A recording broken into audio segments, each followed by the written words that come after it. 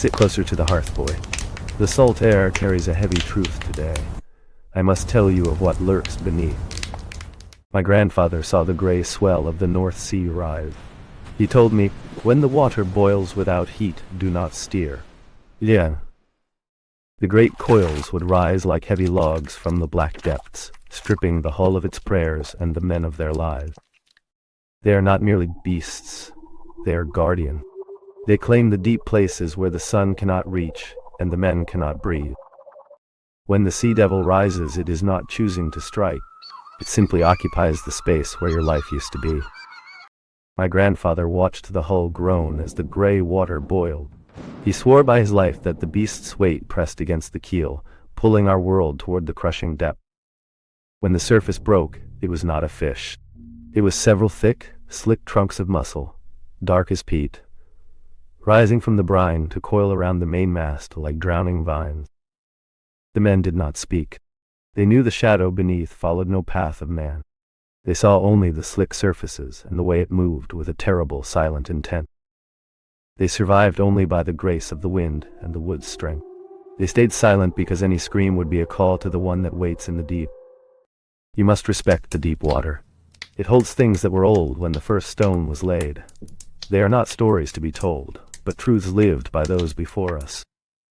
My grandfather watched the hull groan under the weight of the waves.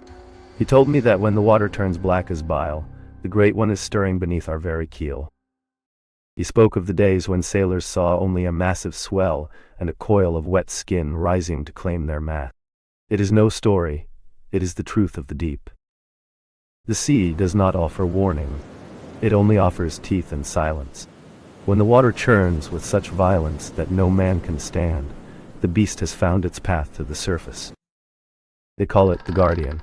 It is the weight of the abyss climbing upward, seeking to pull the light from our world and drag every soul down into the crushing, silent dark. Do not speak its name in the wind. To acknowledge it is to invite it. We simply endure the cold, hoping the deep remains satisfied with what it has taken today. Moving from ancient whispers to modern scrutiny, we examine the transition of this entity from a terrifying phantom of the northern seas to a biological reality. The line between maritime myth and deep-sea life begins to blur when examined through contemporary scientific lenses.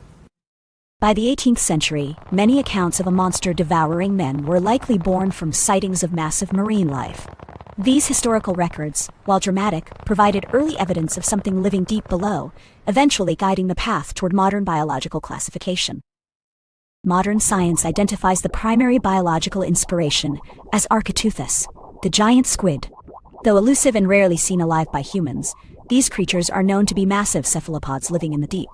They provide a tangible, albeit distant, link to the legends of old. These creatures possess the second largest eyes of any animal on Earth. In the pitch black of the deep, these massive organs detect predators like sperm whales. Their presence at the surface is rare, typically signaling a state of distress or death in the upper waters. When stranded giants washed ashore in Norway, they were often interpreted through religious lenses as sea angels or monks.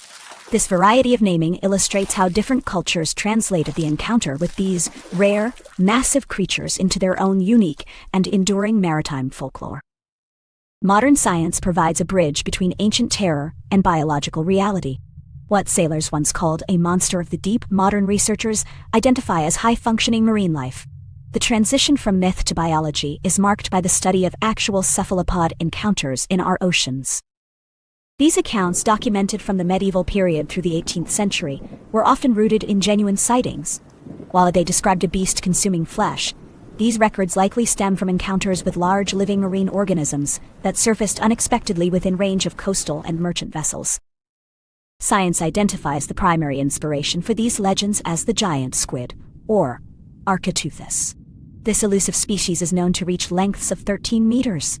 Though it lives in the crushing depths of the abyss, its presence at the surface often signals a state of distress. To survive in the lightless depths, these creatures evolved some of the largest eyes on Earth. Measuring up to 28 centimeters across, these enormous organs are designed to detect predators like sperm whales from great distances, a biological marvel hidden beneath miles of heavy ocean surface. While we cannot confirm if medieval sailors used one specific name for all large cephalopods, the overlap is clear. The fear of the Kraken and the existence of the Architeuthis are two sides of the same coin. A masterpiece of biology meeting a century of folklore.